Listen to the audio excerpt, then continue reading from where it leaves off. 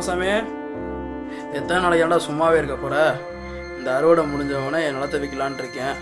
Real estate நல்ல விலைக்கு கேட்டுட்டு இருக்காங்க. உன்னோட நிலத்தையும் கொடுத்தீங்கன்னா நல்ல விலைக்கு விற்றுட்டு போக போகிறேன். உனக்கும் ஒரு நல்ல அமௌண்ட்டு கிடைக்கும். இல்லைங்கய்யா, இந்த நிலத்தெல்லாம் யாருக்கும் தர மாதிரி இல்லை. நீங்கள் நான் உயிரோடு இருக்கேன்னா இந்த நிலம் தான் காரணம். என்னைக்காச்சும் ஒரு நாள் இந்த நிலத்தில் அறுவடை பண்ணின்ற நம்பிக்கையில் தான் நான் வாழ்ந்துட்டு இருக்கேன். அதனால நிலத்தெல்லாம் யாருக்கும் தரதா இல்லையா? சேர ராமசாமி, உன்கிட்ட பேசி ஜெயிக்க முடியாது. இந்த சம்பவசப்படி சரி வரேங்கய்யா.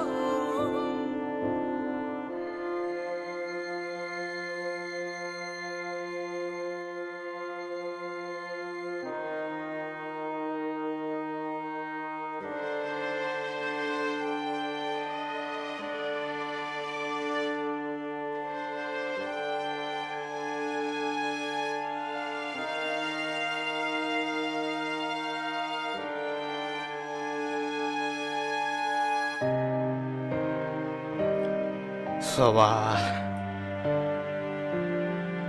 ஈஸ்வரிங்க வாமா, இந்தா இதை வச்சு ஜாமெண்ட்ரி பசங்க கொடுப்பேன். என்னடா ராமசாமி, வட்டிக்கு பணம் மட்டும் வாங்க தெரியுது, கொடுக்க தெரியாதா? பணமாண்ணே, அம்மா அந்த காசு கொடுமா.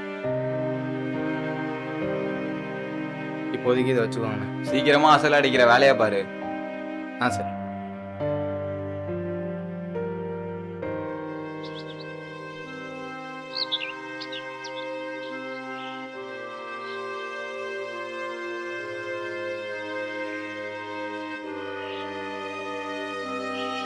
ராமசாமி, எவ்வளோ? இந்த வரேங்க. சொல்லுங்க. இதுக்கெல்லாம் பூச்சி மருந்து அடிக்கணும். அப்படியே கடைக்கு போய் வாங்கிட்டு வந்துடுறேன். சரிங்க, நான் வாங்கிட்டு வந்துடுறேன். சரவணா, இங்கே வாடா. சொல்லுங்கண்ணே. போய் ராமசாமி முன்னாடி கூப்பிட்டு வா. சரிண்ணே. ஐயா, பூச்சி மருந்து வாங்கிட்டேன், நானே அடிச்சுருவேன்.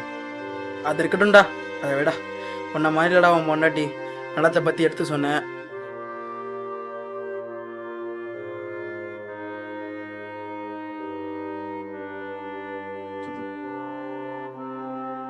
கையெழுத்து போட்டா வித்தாச்சு. இப்போ அதான் உனக்கு சேர வேண்டிய பணத்தை கொடுத்துட்டு போகலான்னு. போய் பையன் நல்லா படிக்க விடா.